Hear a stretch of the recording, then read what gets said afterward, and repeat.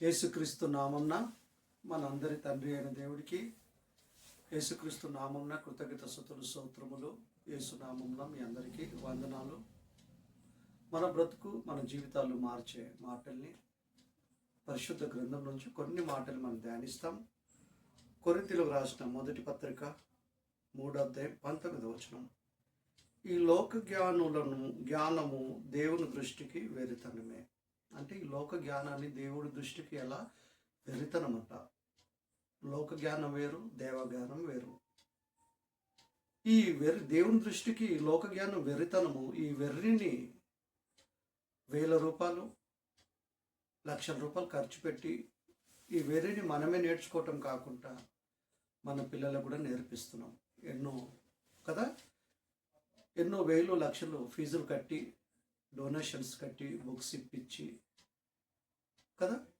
లోకంలో ఉన్న మనుషులందరూ ఇంక్లూడింగ్ క్రైస్తవులు కూడా వాక్యాన్ని గ్రహించక, బైబిల్లో దేవుడు ఏం రాయించాడో ఆ విషయాన్ని యోచించక, వాళ్ళు కూడా లోకంతో పాటు 1000 లక్షల రూపాయలు ఖర్చు పెట్టి ఈ వెర్రి నేర్చుకుంటారు. తిరిగి ఈ వెర్రిని దేవుడి తన పిల్లలకు నేర్పించుకుంటారు.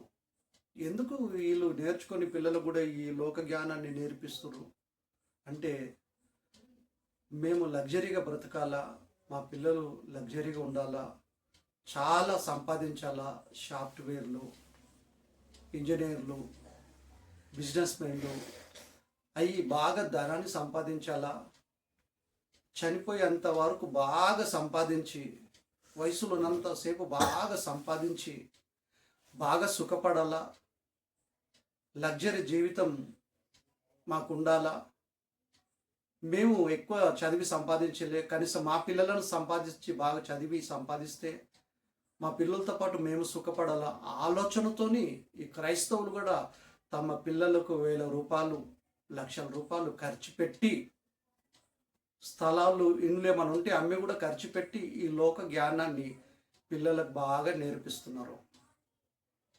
కానీ బైబిల్ ఏం చెప్తుంది? మొదటి కొరింథీయులకు రాసిన పత్రిక 3వ అధ్యాయం 19వ వచనం. ఈ లోక జ్ఞానము దేవుని దృష్టికి వెర్రితనం. ఈ వెర్రిని వీళ్ళు నేర్చుకుంటారు, పిల్లలను నేర్పిస్తారు. ఎందుకంటే ఈ లోకంలో చదివే చదువులన్నీ సంపాదించటానికి. ఈ సంపాదన ఎందుకు అంటే జానడు పొట్ట కోసమే. 60-70 సంవత్సరాల జీవితానికి ఉపయోగపడే చదువు లక్షలు 1000 లక్షలు పెట్టి చదువుకుంటున్నారు, పిల్లల్ని చదివిస్తున్నారు. ఈ సంపదన అంతా దేనికి అంటే తిండి కోసమే, కొద్ది కాలం సుఖపడటానికే.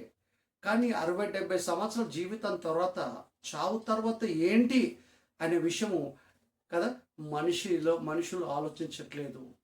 మరణం తర్వాత ఏంటి అనే విషయము మనకు పాఠశాలలో పాఠం లేదు, కళాశాలలో పాఠం లేదు, విశ్వవిద్యాలయంలో పాఠం లేదు, ఏ విద్యా కేంద్రంలో కూడా పాఠం లేదు. చావు తర్వాత ఏంటి పరిస్థితి అనేది దేవుడు మాత్రమే చెప్పిన పాఠం. అది దేవుడు బైబిల్లో రాయించిన పాఠం. బైబిల్లో మాత్రమే దేవుడు చెప్పిన పాఠం ఉంది. చావు తర్వాత ఏంటి అనేది ఈ దేవుడి గ్రంథంలో రాయించాడు. కనుక దేవజ్ఞానాన్ని నేర్చుకొని మనము మన పిల్లలకు దేవజ్ఞానాన్ని నేర్పించాల్సిన క్రైస్తవులు కూడా లోకంతో పాటు లోక జ్ఞానాన్ని, దేవుని దృష్టికి ఏ లోక జ్ఞానం అయితే వెర్రితనం అంటున్నాడో ఆ వెర్రిని వీళ్ళు నేర్చుకుంటారు, పిల్లలకు నేర్పిస్తున్నారు. ఇది ఎంతవరకు వాక్యానుసారంగా కరెక్టా? ఇది అంటే వాక్యానికి విరోధం, దేవుడికి వ్యతిరేకమైన ఆలోచన, ప్రవర్తన. ఇలా లోక జ్ఞానాన్ని నేర్చుకుంటూ పిల్లలకు లోక జ్ఞానాన్ని నేర్పిస్తుంటే దేవుడు పరలోకం ఎందుకు ఇవ్వాలా మనకు కానీ, మన పిల్లలకు కానీ? నిత్య జీవితాన్ని ఎందుకు ఇవ్వాలా మనకి? పాపంతో, అపరాధంతో చచ్చిపోయిన మనని యేసుక్రీస్తును పంపించి మనుషులందరి శిక్ష ఆయన మీద వేసి, మన పాపాలు, మన శిక్షను ఆయన భరించి మనం బ్రతికించాడు. ఎందుకు? దేవజ్ఞానం నేర్చుకోవటానిక, లోక జ్ఞానం నేర్చుకొని నాశనం అవటానిక? ఈ లోక జ్ఞానం ఎలాంటిది? అనేకులకు దేవుడి జ్ఞానము లేక నేరస్తులుగా తయారైపోతున్నారు, వ్యభిచారులు అవుతుర్రు, దొంగలు అవుతుర్రు, మోసగాలు అవుతుర్రు, మత్తు పదార్థకు బానిసలైపోతుర్రు. ఏ ప్రభుత్వ అధికారులు వాళ్ళు బాగా చేయలేకపోతుర్రు.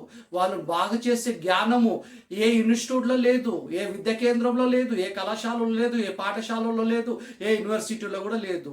నిజంగా ఈ మనుషుల మనసులు మార్చి ఈ మనుషులు అందరి క్రమంలో ఉండాలి, నేరాలు ఘోరాలు ప్రపంచంలో జరగకుండా ఉండాలంటే ఏకైక గ్రంథం బైబిల్ అండి. దేవుడి మాటల్ని, దేవుడి జ్ఞానాన్ని, వాక్యాన్ని బోధిస్తే, ఈ దేవ జ్ఞానాన్ని అందిస్తే అనేక మంది మనుషుల మనసులు మారుతాయి, వాళ్ళ ప్రవర్తనలు మారుతాయి. కానీ చాలామంది బైబిల్ను మత గ్రంథం అనుకున్నారు, అది క్రైస్తవులకు సంబంధించిన పుస్తకం అనుకున్నారు, విదేశీ మతం అనుకున్నారే తప్ప బైబిల్ మహాదేవుని గ్రంథం, జ్ఞాన గ్రంథం అనే విషయము అనేకులకు తెలియదు. పోనీ చర్చికి వెళ్తున్న క్రైస్తవులకైనా తెలిసిందంటే చాలా మందికి తెలియదు. తెలిస్తే దేవజ్ఞానాన్ని నేర్చుకోవటం మర్చిపోయి లోక జ్ఞానాన్ని ఎందుకు నేర్చుకుంటారు, లోక జ్ఞానానికి ఎందుకు ప్రాధాన్యత ఎక్కువిస్తారు, తన పిల్లలకు 1000 రూపాయలు 1,00,000 రూపాయలు ఖర్చు పెట్టి లోక జ్ఞానాన్ని, వెర్రితనాన్ని, దేవుని దృష్టికి వెర్రితనమైన జ్ఞానాన్ని ఎందుకు నేర్పిస్తారు? లోకంలో ఎంత చదివినా సంపాదించటానికి, సంపాదన ఎందుకంటే సుఖపడటానికి. ఎప్పటి వరకు అంటే 60-70 సంవత్సరాలు దేవుడు ఇచ్చిన ఆయుష్కాలం, తర్వాత చచ్చిపోతాం. పరిస్థితి ఏంటప్పుడు? యేసును అంగీకరించకుండా, పాపక్షమాపణ నొందకుండా, దేవుడు ఎవరో మనం గుర్తించకుండా, మనం పుట్టించిన దేవుడు ఎవరో, మనం పోషిస్తున్న దేవుడు ఎవరో మనం ఆలోచించకుండా, అది గ్రహించకుండా మనం చచ్చిపోతే ఖచ్చితంగా మనం వెళ్ళేది నరకానికే. ఈ లోకంలో విద్య ఎంత నేర్చుకున్నా, ఎంత పెద్ద పెద్ద చదువులు చదివినా కొద్ది కాలం బతకటానికి నీకు ఈ చదువు ఉపయోగపడుతుంది, ఇది సుఖపడటానికి ఉపయోగపడుతుంది తప్ప ఈ చదువు మనకు నిత్య జీవితాన్ని తీసుకురాదు. దేవుడున్న లోకానికి మనను ఈ చదువు చేర్చదు. నిత్య జీవితాన్ని కోల్పోతాము, పరలోకాన్ని కోల్పోతాము, నిత్య నాశనానికి వెళ్ళిపోతాము మనము. లోక జ్ఞానము ముఖ్యం అనుకుంటున్నదే తప్ప మీరు దైవ జ్ఞానాన్ని ప్రాముఖ్యమైన విషయం మీకు ఎందుకు అర్థమవుతలేదు? మీరు బైబిల్ చదవట్లేదా? నాకు తెలిసిన కొన్ని కుటుంబాలు ఉన్నాయండి, వారానికి ఒక్కసారి మాత్రమే బైబిల్ చదువుతారు. కొన్నిసార్లు వాళ్ళకి అవకాశం లేకపోతే సండే కూడా చర్చికి మానేస్తారు, అప్పుడు బైబిల్ చదవరు, బైబిల్ అక్కడే ఉంటాయి, షోకేస్లో పెడతారు. వారానికి ఒకసారి వాళ్ళు చర్చికి వెళ్ళేటప్పుడు మాత్రమే బైబిల్ను తీసి దులిపి తీసుకెళ్తారు తప్ప మిగతా టైంలో బైబిల్ చదవరు. బైబిల్ చదివితే కదండి మన జ్ఞానం వచ్చేది. శాస్త్రవేత్తలకు తెలియని విషయాలు కూడా దేవుడు బైబిల్లో భద్రపరిచాడండి. బైబిల్ కదా దేవుని మహాజ్ఞాన గ్రంథం బైబిల్, నిజమైన దేవ గ్రంథం బైబిల్. విశ్వం కోసం తెలియాలంటే బైబిల్ చెబుతుంది, సూర్యచంద్ర నక్షత్రాల కోసం తెలియాలంటే బైబిల్ చెబుతుంది, పక్షుల కోసం కానీ, పశువుల కోసం కానీ, పురుగుల కోసం కానీ తెలియాలంటే బైబిల్ చెబుతుంది. టోటల్ విశ్వం పుట్టుక, జీవరాశుల పుట్టుక, మనుషుల పుట్టుక, ప్రకృతి ముగింపు, మనిషి ముగింపు, మనిషి మరణిస్తే ఏమవుతాడో బైబిల్ గ్రంథం మాత్రమే తేటగా చెబుతుంది తప్ప వేరే గ్రంథం ఏది చెప్పట్లేదు. వేరే గ్రంథము ఏది చెప్పట్లేదండి, ఏది చెప్పట్లేదు అంటే బైబిల్ గ్రంథము అంత సత్యం.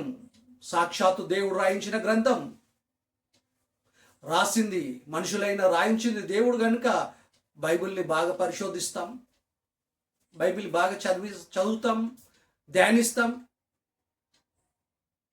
కదా. కొరింథీయులకు రాసిన మొదటి పత్రిక 3వ అధ్యాయం 19వ వచనంలో, ఈ లోక జ్ఞానము దేవుడి దృష్టికి వెర్రితనమే, జ్ఞానులను వారి కుయుక్తిలో ఆయన పట్టుకొనును, మరియు జ్ఞానుల యోచనలు వ్యర్థములని ప్రభు నాకు తెలియను అని రాయబడి ఉన్నది. వాళ్ళ యోచనలు అన్ని తప్పు.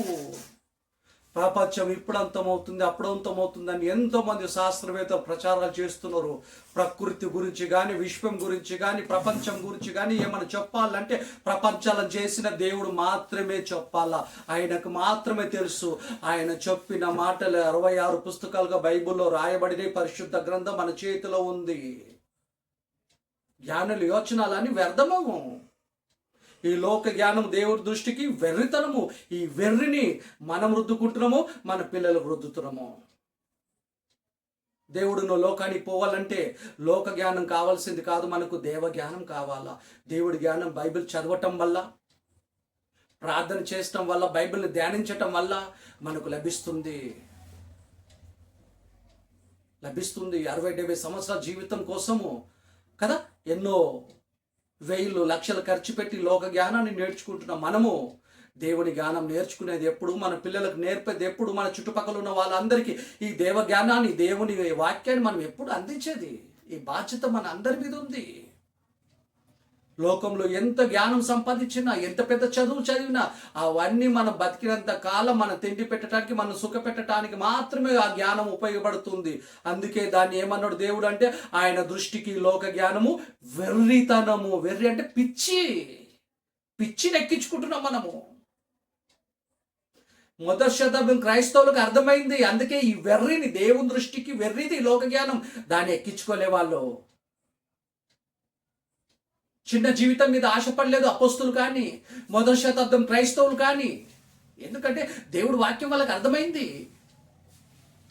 దేవుడి వాక్యం అర్థమైంది. కలిగిన దానితో అన్నవసరముతో తృప్తి కలిగి వాళ్ళు జీవించారు. ధనపేక్ష లేదు వాళ్ళకి. పగలు లేవు, కోపాలు లేవు, కక్షలు లేవు, భేదాలు లేవు. సమస్తమ స్థాపన మొదటి శతాబ్దం క్రైస్తవులకు యేసు కదా బైబిల్లో దేవుడు రాయించిన మాటలు బట్టి, వాక్యాన్ని బట్టి, యేసు చెప్పిన మాటలు బట్టి సమస్తమ స్థాపన జరిగింది మొదటి శతాబ్దంలో. అందరు సమానం ఉండగలిగిర్రు. ఎందుకంటే లోక జ్ఞానంలో అప్డేట్ కాలేదాలు. లోక జ్ఞానం దేవుని దృష్టికి వెర్రితనం అనే విషయం అర్థమైపోయింది వాళ్ళకి. మనకు మాత్రం అర్థమవుతలేదు. దేవుడి జ్ఞానంలో మనం అప్డేట్ కావాలా. ప్రతిరోజు బైబిల్ చదవాలా, ప్రతిరోజు బైబిల్ ధ్యానించాలా, ప్రార్థన చేయాలా. వ్యక్తిగత ప్రార్థన ఉండాలి, కుటుంబం ప్రార్థన ఉండాలి, మన పిల్లల్ని భక్తిగా పెంచాలా. ఈ లోక జ్ఞానము కదా, ఈ లోకంలో చదువు ఎంత మతుకు అవసరం అంతవరకు చదువుతాం. అధిక విద్య ఎందుకు? అధిక విద్య వెర్రి పట్టిస్తుంది అని ఉంటుంది ప్రసంగిలా. లోక జ్ఞానంది లోక విద్య కోసం చెప్తుండు. మనం నేర్చుకోవాల్సింది, మన పరలోకం తీసుకెళ్లేది పరలోక సంబంధమైన సర్వోన్నతుడైన విద్య. ఇది మహోన్నతుని విద్య. పరలోకాన్ని తీసుకెళ్లే విద్య ఏంటో తెలుసా? దేవుడు వాక్యం అండి. 66 పుస్తకాలు దేవుడు మహా జ్ఞానాన్ని రాయించాడు. జ్ఞాన గణిది. ఎంతో జ్ఞానం ఉంది బైబిల్లో. ఈ జ్ఞానాన్ని మనం నేర్చుకుంటాం, మన పిల్లలకు నేర్పిస్తాం. బైబిల్ని బాగా చదవటం వల్ల, బైబిల్ని బాగా ధ్యానించటం వల్ల ధనాపేక్ష ఉండదు మనకు. నోటికైన బూతు మాటలు రావు మనకి. ఎవరి మీద పగపట్టము, ఎవరి మీద కక్ష పట్టము. అని డిసిప్లిన్గా జీవించము. మనము క్రమంగా జీవిస్తాం. మనము సంస్కారం వస్తుంది మనకి బైబిల్ చదవటం వల్ల, బైబిల్ వినటం వల్ల. ప్రేమ కలిగి జీవిస్తాము. ప్రతిదానికి టెన్షన్ పడము. నెమ్మదిగా ప్రశాంతంగా ఉంటాము. ఈ విద్య ఇది. ఈ విద్య నేర్చుకుంటే నెమ్మదిగా ప్రశాంతంగా సమాధానంగా ఉంటాము. లోక విద్య నేర్చుకున్న వారు ఎవ్వరు సమాధానంగా లేరు. ఎవ్వరికి నెమ్మది లేదు. అందుకే అన్నాడు దేవుడు, ఈ లోక జ్ఞానము దేవుని దృష్టికి వెర్రితనం. వెర్రితనం ఇది. అందుకే అంటాడు కదా కొరింథీయుల రాసిన మొదటి పత్రిక 3:19, ఈ లోక జ్ఞానము ఈ లోక జ్ఞానము దేవుని దృష్టికి వెర్రితనమే. జ్ఞానులను వారి కుయుక్తులు ఆయన పట్టుకొనును, మరియు జ్ఞానుల యోచనలు వ్యర్థమని ప్రభు నాకు తెలియను అని రాయబడి ఉన్నది. వాళ్ళ యోచనాలను, వాళ్ళ కుయుక్తులు వాళ్ళని పట్టుకుంటాడు ఆయన. ఈ లోక జ్ఞానము ఆయన దృష్టికి వెర్రితనం ఎందుకు? మనకు తెలుసు. క్రైస్తవ కుటుంబంలో పుట్టిన శాస్త్రవేత్త చార్లెస్ డార్విన్, అతను ఏమన్నాడో తెలుసా? మనిషి కోతికేని పుట్టాడు. మనిషి ఆవిర్భావం ఎలా జరిగిందంటే కోతికేని. లోకజ్ఞాని అయినా క్రైస్తవ కుటుంబంలో పుట్టిన, బైబిల్ చదివిన, బైబిల్ అర్థం కాలే, బైబిల్ ఎక్కలే, లోక జ్ఞానాన్ని బాగెక్కింది అతనికి. క్రైస్తవ కుటుంబంలో పుట్టి కూడా ఆ విధంగా మాట్లాడాడంటే విచారించవలసిన విషయం ఇది. చార్లెస్ డార్విన్ ఏమన్నాడు తెలుసా? మనిషి కోతికని పుట్టాడంట. కానీ బైబిల్ ఏం చెప్తుంది? ఆదికాండం 2:7 దేవుడు నరుని నేల మట్టితో నిర్మించి వాడిని నాసికారంధ్రంలో జీవాయువుగా నరుడు జీవాత్మాయను. అంటే మనిషి దేవుని సృష్టి. దేవుడే సృష్టించాడు మనిషిని. కోతి నుండి మనిషి రాలేడు. చార్లెస్ డార్విన్ చెప్పింది అబద్ధం. లోక జ్ఞాని చెప్పింది అబద్ధం. మనిషి ఎలా పుట్టాడు? నేల మట్టితోని దేహాన్ని నిర్మించాడు దేవుడు. ఆదికాండం 2:7 స్పష్టంగా ఉంది. ఇది దైవ జ్ఞానం. క్రైస్తవులు సండే స్కూల్ పిల్లలు కూడా తెలుస్తుంది మనిషి ఎలా పుట్టాడు అంటే, నేల మట్టితోని దేవుడు నరుడిని నిర్మించి వారి నాశగ్రంథం జీవయోధుగా నరుడు జీవాత్మ అయినను.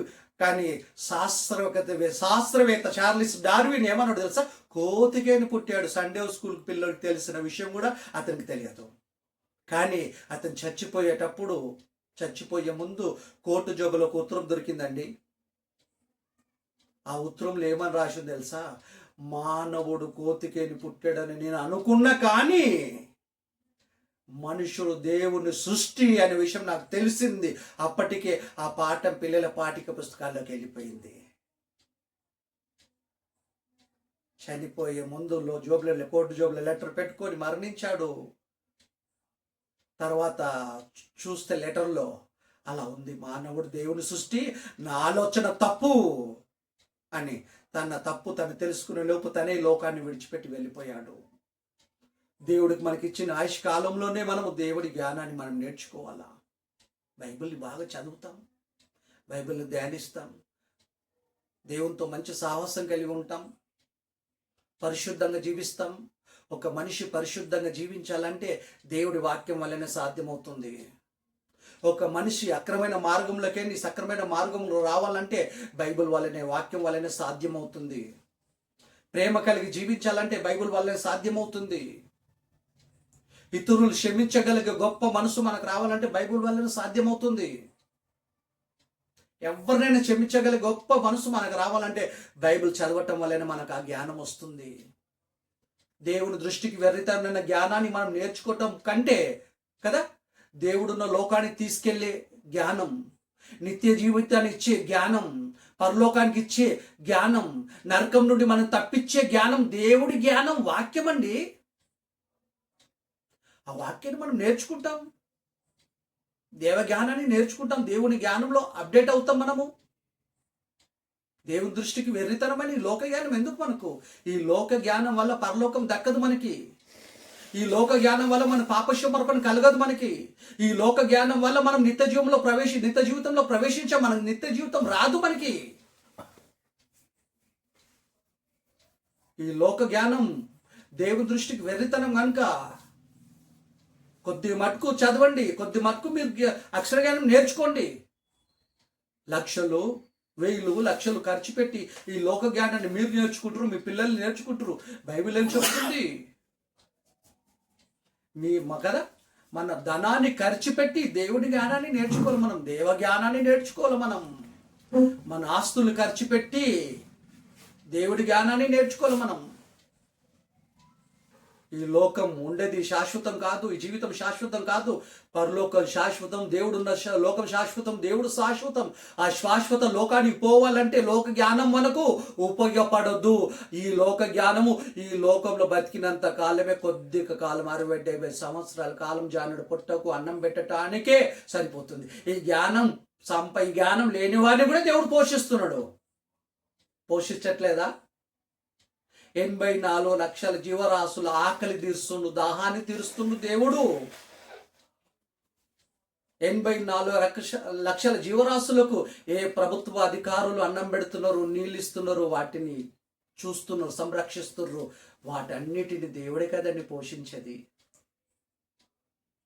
పెద్ద పెద్ద చదవని వాళ్ళు బ్రతకట్లేదా? దేవుడు పోషించట్లేదా? దేవుడు ఆహారాన్ని ఇవ్వట్లేదా? లోక జ్ఞానం అని పెద్ద పెద్ద చదువులని వేలు లక్షలు ఖర్చు పెట్టుకుంటూ దేవుని దృష్టికి వెర్రితనమైన జ్ఞానాన్ని మీరు ఎక్కించుకుంటారు, మీ పిల్లలకి ఎక్కిస్తారు. ఇప్పుడైనా మీరు మారు మనసు పొందండి, మారండి, మనమంతా మారుదాం, దేవుని జ్ఞానాన్ని నేర్చుకుంటాం. లోక జ్ఞానం వెర్రి ఎక్కించుకుంటున్నావు, వెర్రి వాళ్ళకి దేవుని జ్ఞానాన్ని ప్రకటిస్తాం. యేసుక్రీస్తు మరణం, సమాధి, పునరుద్ధానాన్ని ప్రకటిస్తాం. లోక జ్ఞానులను దేవుని వైపు తింపుతాం, దేవ జ్ఞానులను చేస్తాం. వాళ్ళని పరలోకానికి తీసుకెళ్లే జ్ఞానాన్ని వాళ్ళకి అందిస్తాం. నిత్య జీవితాన్ని అందించే జ్ఞానాన్ని వాళ్ళకి అందిస్తాం. నరకం నుంచి తప్పించే దేవ జ్ఞానాన్ని వాళ్ళకి అందిస్తాం. మనం సువార్త అందిస్తాం వాళ్ళకి. సువార్త అందిస్తాం. బైబిల్ ఎన్నో విషయాలు చెప్పిందండి. బైబిల్ మనకు తెలియనిది ఏముంది? బైబిల్లో దేవుడు రాయించిన విషయం ఏముంది? అన్ని తెలుసు, అన్ని రాయించాడు దేవుడు.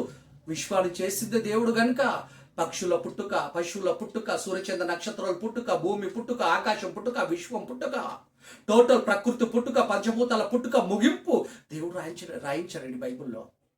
మనిషి పుట్టుక, మనిషి ముగింపు, ఎలా మనిషి చనిపోతే ఏమవుతాడో బైబిల్ గ్రంథం మాత్రమే చెబుతుంది. కరెక్ట్ ఇన్ఫర్మేషన్ ఇస్తుంది. ప్రపంచంలో ఏ విద్యా కేంద్రంలో కానీ ఏ గ్రంథం కానీ చెప్పట్లేదు చావు తర్వాత ఏంటి అనేది. లోక జ్ఞానం చావు దాకే వచ్చి ఆగిపోయింది. చావు తర్వాత ఏంటి అనేది బైబిల్ గ్రంథం మాత్రమే చెబుతుంది. ఇలాంటి బైబిల్ కలిగిన క్రైస్తవులము మనం ధన్యులమండి. గొప్ప భాగ్యము. యేసుక్రీస్తు గురించి కానీ దేవుడి కోసం కానీ తెలిసి మనం ఆయన నమ్మి బ్యాప్టిజం తీసుకుని యేసు దేవుడు కుమారుడు అని చెప్పి మనం ధన్యులమండి. చాలా మంది తెలుసలేదు ఇది. ధనం లేకపోవచ్చు, మందట ఆస్తిపాస్తు లేకపోవచ్చు, మనం దేవుడు ఎవరో తెలుసు, దేవుడి కుమారుడు ఎవరో మనకు తెలుసు, ఆయన మనకు బ్రతికి ఎందుకు ఇచ్చాడో తెలుసు, బ్రతుకు ముగిస్తే ఏమవుతుందో మనకు తెలుసు. గనుక లోక జ్ఞానం కాకుండా దేవ జ్ఞానం కలిగి మనం జీవిస్తాం. మన పిల్లల్ని పెంచుతాం. మన చుట్టుపక్కల ఉన్న వాళ్ళకి దేవుడి జ్ఞానాన్ని ప్రకటిస్తాం. ప్రత్యక్షంగా పరోక్షంగా మనం దేవుని సువార్తను కార్యక్రమం ప్రకటిస్తాం. యేసు మరణం, యేసు సమాధి, యేసు పునరుద్ధానం గురించి ప్రకటిస్తాం. చచ్చిపోయి అనేక మంది నరకానికి వెళ్ళిపోతున్నారు. వాళ్ళని కొంతమందిని అయినా ప్రభు వైపు తింపుతాం. మనం లోక జ్ఞానంలో ఉన్న వారికి దేవుడి జ్ఞానాన్ని ప్రకటిస్తే దేవుడి వైపు తింపుతాం వాళ్ళని. అంటే ఫస్ట్ మనం నేర్చుకోవాలా, బైబిల్ని బాగా చదవాలా, బైబిల్ని బాగా ధ్యానించాలా, విశ్వాసాన్ని కోల్పోవద్దు, ఆత్మ నుండి తొలగిపోవద్దు. భర్తలారా మీ భార్యలను మీరు మోసం చేయకండి, భార్యలారా మీ భర్తలను మీరు మోసం చేయకండి, భర్తలారా మీ భార్యలను మీరు మోసం చేయకండి. క్యారెక్టర్లను కాపాడుకోండి. దేవుడు మిమ్మల్ని నమ్మి మీకు గర్వఫలం ఇచ్చాడు. మీ పిల్లల్ని భక్తిగా పెంచండి. లోకంలో పరిస్థితులు బాగలేవు. ఎక్కడి నుండి ఏ అపాయం వచ్చి ఏ ప్రమాదం వస్తుందో, చావు ఎక్కడ పొంచుందో మనకు తెలియదు, ఎప్పుడు చచ్చిపోతామో తెలియదు. ఆయన ఎందుకు భయభక్తులు కలిగి ఉండే మీ పిల్లల్ని మీరు భక్తిగా ఉండండి. మీ పిల్లల్ని భక్తిగా పెంచండి. పాపం జోలికి పోకండి. ఫోన్లలో మీ పిల్లలు ఏమేమి చూస్తున్నారో కానీ మీరైనా మీ పిల్లలైనా ఫోన్లో కనెక్ట్ కాకండి. వ్యర్థమైన వాటిని చూడకండి. బైబిల్ బాగా చదవండి, బాగా ధ్యానించండి, బాగా ప్రార్థన చేయండి, వ్యక్తిగత ప్రార్థించండి, కుటుంబ ప్రార్థనలు పెట్టుకోండి. వీలైనంత ఎక్కువ మటుకు మీరు గ్యాదర్ కాండి. మీ చుట్టుపక్కల ఉన్న వాళ్ళు కానీ మీ ప్రాంతంలో ఉన్న వాళ్ళు కానీ మీరంతా ఆత్మీయంగా ఉండండి. విశ్వాసం నుండి తొలగిపోకండి, భక్తిని విడిచిపెట్టకండి, ఆయన ఆజ్ఞలు విడిచిపెట్టి తిరగకండి. దేవజ్ఞానం కలిగి మనం జీవించాలా. మీరు అందరూ దేవజ్ఞానం కలిగి జీవించండి, దేవుడి జ్ఞానం నేర్చుకోండి. బైబిల్ని చదవటం వల్ల, బైబిల్ ధ్యానించటం వల్ల అనేక విషయాలు మనకు తెలుస్తాయి. బాగా ఆకలేసినప్పుడు ఆహారం తింటే ఎలా ఉంటుందో మనకి, దేవుని గ్రంథాన్ని చదివినప్పుడు, దేవుని మనసు పెట్టి ధ్యానించినప్పుడు అంత ఆనందం ఉంటుందండి.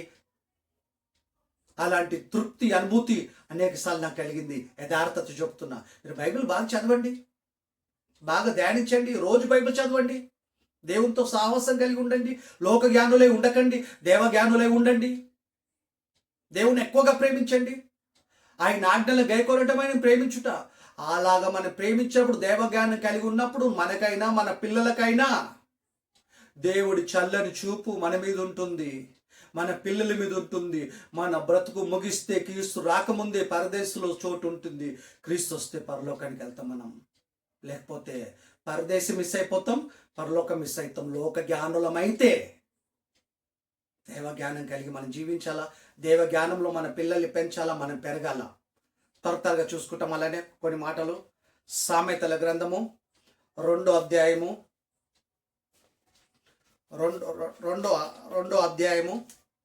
1వ వచనం కింద చూసుకుంటాం. నా కుమారుడా, నీవు నా మాటలను అంగీకరించి నా ఆజ్ఞలను నీ యొద్ద దాచుకొనిన ఎడల, నా కుమారుడా, నీవు నా మాటలను అంగీకరించి నా ఆజ్ఞలను నీ యొద్ద దాచుకొని నెడల, జ్ఞానమునకు నీవు చెవి యొగ్గి హృదయపూర్వకంగా వివేచనను అభ్యసించిన ఎడల, తెలివైకై మొరపెట్టిన ఎడల, వివేచనకై మనవి చేసిన ఎడల, వెండిని వెతికినట్లు దానిని వెతికిన ఎడల, దాచబడిన ధనమును వెతికినట్టు దాన్ని వెతికిన ఎడల, యెహోవా యందు భయభక్తులు కలిగి ఉండుట ఎట్టిదో నీవు గ్రహించదవు. దేవుని గురించి విజ్ఞానము నీకు లభించును. యెహోవే జ్ఞానమిచ్చువాడు కదా. ధనాన్ని వెతికినట్టు వెతకాలా, వెండిని వెతికినట్టు వెతకాల, బంగారాన్ని వెతికినట్టు వెతకాల. అలాగ వెతికితే, అలాగ దేవుడికి మొరపెడితే, దేవుడు వాక్యం బాగా చదివితే, వింటే, ధ్యానిస్తే, ఆత్మీయ ఉంటే దేవుడే యెహోవానే జ్ఞానం ఇచ్చేవాడు. చాలా మందికి జ్ఞానం లేదండి. దేవ జ్ఞానం లేకుంటే ప్రపంచంలో నేరాలు, ఘోరాలు, క్రైమ్ పెరిగిపోతుంది. ఎన్నో కొట్లాటలు, ఆస్తుల కోసమే తల్లిదండ్రులనే పిల్లలు చంపేస్తున్నారు. బలవంతంగా వాళ్ళు ఏలు ముద్రలు తీసుకుంటున్నారు. ఎందుకో తెలుసా? లోక జ్ఞానులు వారు. దేవుడి జ్ఞానం లేదు వాళ్ళకి. అన్నతమ్ముల మధ్య సమాధానం లేదు. ఎందుకంటే దేవుడి జ్ఞానం లేదు వాళ్ళకి. తల్లిదండ్రుల మధ్య, పిల్లల మధ్య సమాధానం లేదు. ఎందుకంటే దేవుని జ్ఞానం లేదు వాళ్ళకి. లోక జ్ఞానంలో ఉన్నారు వాళ్ళు. అనేకులలో పరిశుద్ధత లేదు, పవిత్రత లేదు. వాళ్ళు జీవిస్తున్న జీవితంలో మార్పు లేదు. ఎన్నో నేరాలు, ఘోరాలు, కొట్లాటలు, చిన్న చిన్న సమస్యలకి పెద్ద పెద్ద గొడవలు తెచ్చుకుంటున్నారు. ఎంతోమంది జీవితాలు ముగించుకుంటున్నారు. అప్పులు చేసే సమస్యలు, అప్పులు కట్టలేక సమస్యలు వచ్చి వాళ్ళ బ్రతుకులు వాళ్ళు ముగించుకుంటున్నారు. ఏంటి కారణం? ఏంటి? దేవుడి జ్ఞానం లేకపోవటం బట్టే, దేవుని తెలుసుకోకపోవటం బట్టి, యేసుక్రీస్తును అంగీకరించకపోవటం బట్టి, బైబిల్ చదవకపోవటం బట్టి, బైబిల్ వినకపోవటం బట్టి, వాక్యం వినకపోవటం వల్లనే, వాళ్ళు నమ్మకపోవటం వల్లనే దేవుడి జ్ఞానం వాళ్ళకు లభించకనే ఇలా తయారైపోతారు. వీళ్ళంతా లోక జ్ఞానులు. దయ్యం వీళ్ళందరినీ లోక జ్ఞానంలో అప్డేట్ చేసేసింది. దేవుని వైపు, దేవుని జ్ఞానం వైపు తిరుగుకుంటూ చేస్తున్నాడు వాడు. కనుక మనం దేవుడి వాక్యంలో అప్డేట్ కావాలి. మనం దాచబడిన ధనం వెతికినట్టు, బంగారాన్ని వెతికినట్టు, వెండిని వెతికినట్టు మనము వెతికితే, దేవుడికి మొరపెడితే యెహోవానే జ్ఞానం ఇచ్చువాడు. ఎంత స్పష్టంగా ఉందండి సామెతలు కదా. సామెతలు 2వ అధ్యాయం 1వ వచనంకి చూసుకుంటే, ఆయన ఆజ్ఞలను మన వద్ద దాచుకోవాలి మనము. దేవుడి మాటలండి మన జ్ఞానం ఇస్తుంది, ధైర్యాన్ని ఇస్తుంది, సమస్య పరిష్కారం ఇస్తుంది, సంస్కారం ఇస్తుంది, నరకాన్ని తప్పిస్తుంది, పాపం చేయకుండా పరిశుద్ధంగా జీవించేటట్టు చేస్తుంది, నాశనం కాకుండా చేస్తుంది, తాగుబోతులను కాకుండా చేస్తుంది, వ్యభిచారాలను కాకుండా చేస్తుంది, ప్రపంచానికి, ఇతరులకు దీవెనకరంగా చేస్తుంది, దేవుడికి మహిమకరంగా మనం జీవించేటట్టు చేస్తుంది. దేవుడి జ్ఞానం నేర్చుకోవాలి మనం. దేవుడి జ్ఞానం నేర్చుకోవాలి. ఈ లోక జ్ఞానాన్ని దేవుడు వెర్రితనమన్నాడు. శాస్త్రవేత్తల జ్ఞానులను మనం అనుకుంటున్నాము. లోక జ్ఞానం తెలిసిన వాడే జ్ఞాని అయితే, దేవ జ్ఞానం తెలిసిన వాళ్ళు ఏమనాలా? భారతదేశం తొలి శాస్త్రవేత్త ఆర్యభట్ట 4వ శతాబ్దంలో ఏమన్నాడో తెలుసా? ఆయన లోక జ్ఞాని దేవుడి దృష్టికి వెర్రితనం అయితే, ఆ వెర్రితనం అన్నాడు. ఎట్లే వెర్రితనం అంటే ఏమన్నాడు తెలుసా? ఆయన నక్షత్రాలు కదులవు అని చెప్పాడు. 4వ శతాబ్దంలో భారతదేశం మొట్టమొదటి తొలి శాస్త్రవేత్త ఆర్యభట్ట నక్షత్రం కదలవని చెప్పాడు. 11వ శతాబ్దంలో హెడ్మన్ ఏలి పుట్టాడు. ఆయన ఏం చేశాడు తెలుసా? నక్షత్రం కదులుతావు అని చెప్పేసి ఆయన ప్రూఫ్ చేశాడు. వీళ్ళిద్దరు పుట్టక ముందుపే యోబు గ్రంథంలో 38వ అధ్యాయంలో 31 నుండి 3-4 వచనం వాళ్ళకు నక్షత్రాలు కదులుతాయి, పరిగెత్తుతాయి, అవి వాటిని మీరు బంధింపగలరా అని దేవుడు ప్రశ్నించాడు. క్రీస్తు శకంలో వీళ్ళు చెబితే, క్రీస్తు పూర్వంలో యోబు గ్రంథంలో 1400 సంవత్సరాల కాలంలో దేవుడు యోబు చేత రాయించిన గ్రంథం అండి. యోబు గ్రంథము 38వ అధ్యాయం 31వ వచనంలో నక్షత్రాలు కదలటమే కాదు, నక్షత్రాలు కదులుతాయి, పరిగెత్తుతాయి అని బైబిల్లో ఉంది. ఆర్యభట్ట ఏం చెప్పాడు? 4వ శతాబ్దంలో నక్షత్రాలు కదలవని చెప్పాడు. 11వ శతాబ్దంలో హెడ్మన్ ఏలి చెప్పాడు నక్షత్రాలు కదులుతాయి అని చెప్పాడు. హెడ్మన్ ఏలి చెప్పింది బైబిల్లో ఉంది. ఆర్యభట్ట చెప్పింది 1వ శతాబ్దం కదా. ఆర్యభట్ట చెప్పింది 4వ శతాబ్దంలో నక్షత్రాలు కదలవని చెప్పాడు. అది తప్పది. ఆ తప్పుడు కూడా సమాజం, ప్రపంచం నమ్మింది. హెడ్మన్ ఏలి చెప్పేదాకా నిజం తెలియదు. 11వ శతాబ్దం వరకు తెలియదు నక్షత్రం కదులుతున్న విషయం. వీళ్ళిద్దరు పుట్టక మునిపే, వీళ్ళు క్రీస్తు శకం చెప్తే క్రీస్తు పూర్వము దేవుడు యోబు ద్వారా రాయించాడు. యోబు గ్రంథంలో క్రీస్తు పూర్వం 1400 సంవత్సరాల కాలంలో రాయించాడు. సుమారు 38వ అధ్యాయం 31వ వచనంలో నక్షత్ర కదులుతాయి, పరిగెత్తుతాయి, నువ్వు వాటిని బంధింపగలవా? రూల్స్ పెట్టాడు. పరలోకంలో రూల్స్ ఉందండి. ట్రాఫిక్ రూల్స్ ఇక్కడ ఉన్నట్టు కదా, అన్ని గ్రహాలకు రూల్స్ ఉన్నాయి. సూర్యుని కానీ, చంద్రులు కానీ, నక్షత్రాలు కానీ నక్షత్ర మండలాలు కానీ అన్నిటికీ ఒక రూల్స్, రెగ్యులేషన్, నియమాలు, నిబంధనలు పెట్టాడు దేవుడు. నక్షత్రాలు కూడా కదులుతాయి, పరిగెత్తుతాయి. దేవుడు నడుపుతున్నాడు విశ్వాన్ని.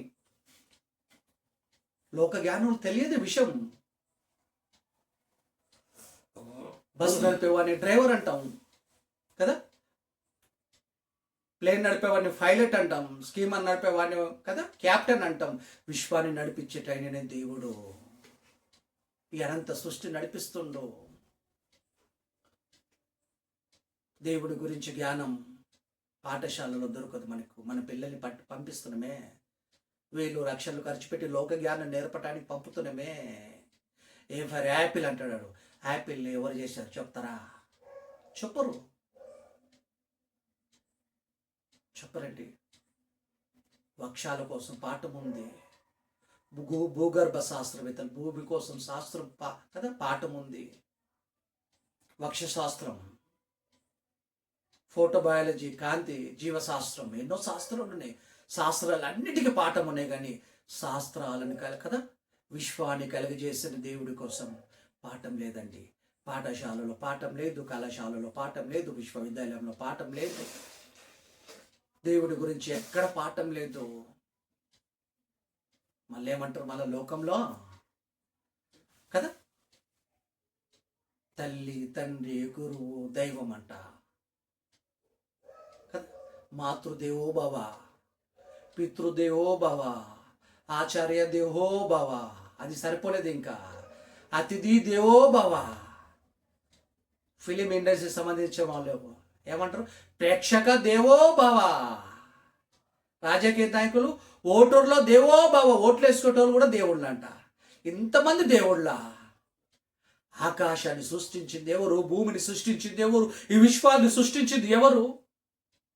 తల్లియా, తండ్రియా, గురువా, దైవమా? ఎవరు చేశారు? అందరి కోసం స్థానాలు ఉన్నాయి, అందరి కోసం పాఠాలు ఉన్నాయి. విశ్వాన్ని సృష్టించి మనుషుల్ని పుట్టించి కోటాను కోట్ల కదా నక్షత్ర మండలాన్ని, సూర్యచంద్ర నక్షత్రాలు చేసి భూమిని తింపుతూ 84 లక్షల జీవరాశులను పోషిస్తూ ఇంతమంది మనుషులను పోషిస్తూ దేవుడి గురించి పాఠం లేదండి ఎక్కడ. అందుకే దేవుడు రాయించిన పాఠం దేవ గ్రంథం, పరిశుద్ధ గ్రంథం, 66 పుస్తకాలతో కూడిన పరిశుద్ధ పుస్తకాన్ని దేవుడు మన చేతికి అందించాడు. పరిశుద్ధ గ్రంథం, ది బైబిల్. లోక జ్ఞానులకు తెలియని ఎన్నో విషయాలను బైబిల్ చదవటం వల్ల మనకు లభిస్తుంది, మనకు తెలుస్తుంది. ఎన్ని విషయాల కళ్ళకు అద్దుకోవాలండి. నిద్దట్లో కూడా గుర్తుంచుకోవాల్సిన మాటలను దేవుడు రాయించాడు మనకి బైబిల్లో. ఈ బైబిల్ని చదవటం వల్ల, ఈ బైబిల్ని పఠించటం వల్ల ఎన్నో విషయాలు మనకు తెలుస్తున్నాయి.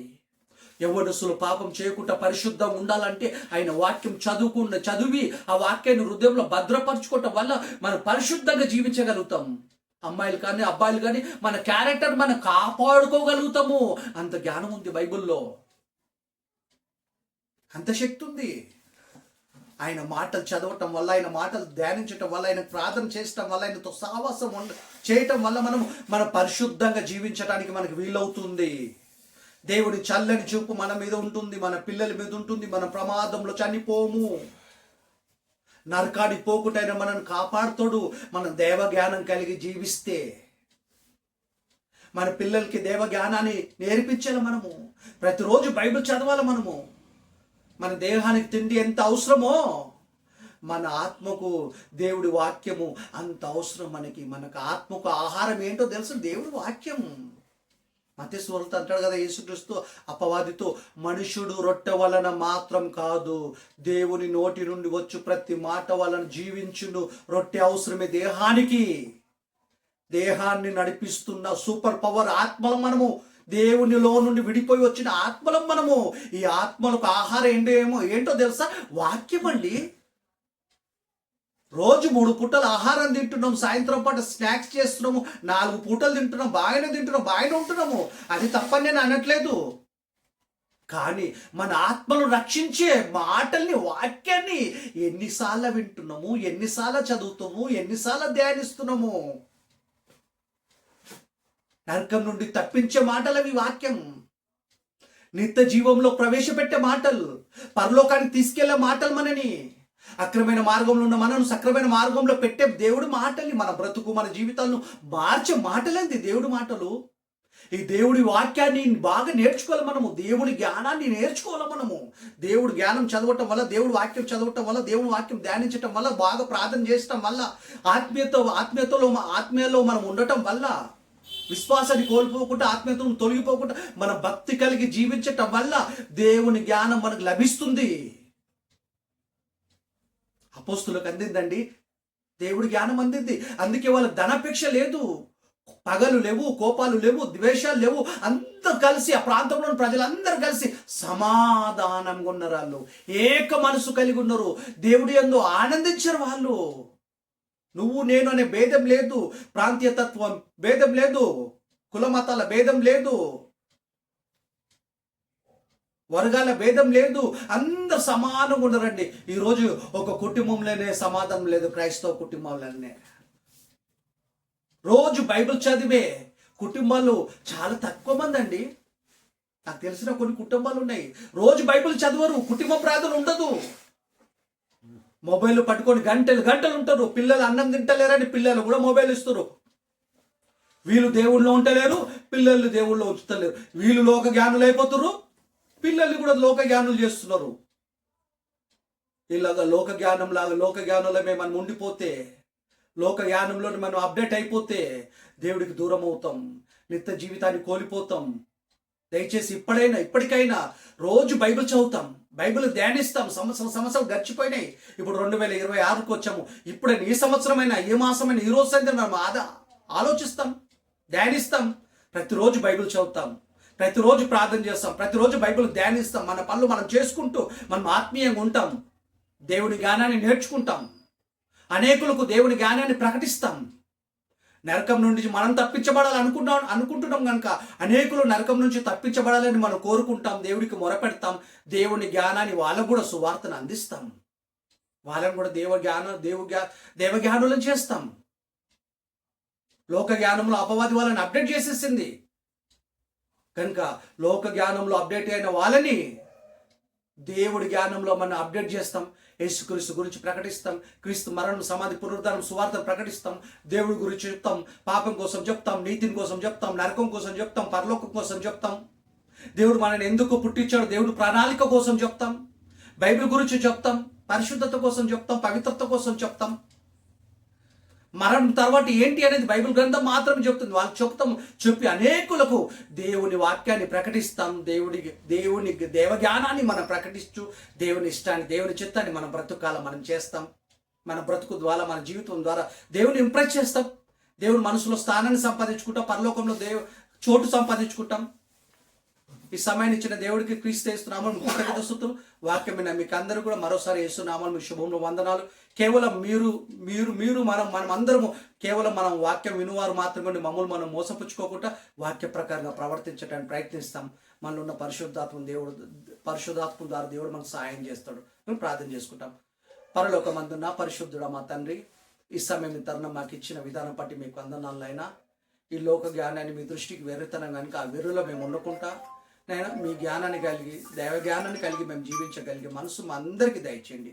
ఇన్న వాక్యాన్ని మేము మర్చిపోకుండా, చెప్పే వాళ్ళంగా కేవలం వినేవారంగా ఉండకుండా వాక్య ప్రకారంగా జీవించగలిగే మనసు మా అందరికీ దయచేయమని మీ కుమారుడు మా రక్షకుడైన క్రీస్తు పేరటి ప్రార్థన మీకు సమర్పిస్తున్నాం తండ్రి. ఆమెన్. మన తండ్రి అయిన దేవుని ప్రేమైన కుమారుడైన యేసుక్రీస్తు కృప, పరిశుద్ధాత్మ అను సాహసం మనకైన పిల్లలందరికీ, ఇప్పుడు వాక్యమైన వారందరికీ ఇప్పుడు ఎప్పుడు ఎల్లప్పుడూ తోడే ఉండును గాక. ఆమెన్.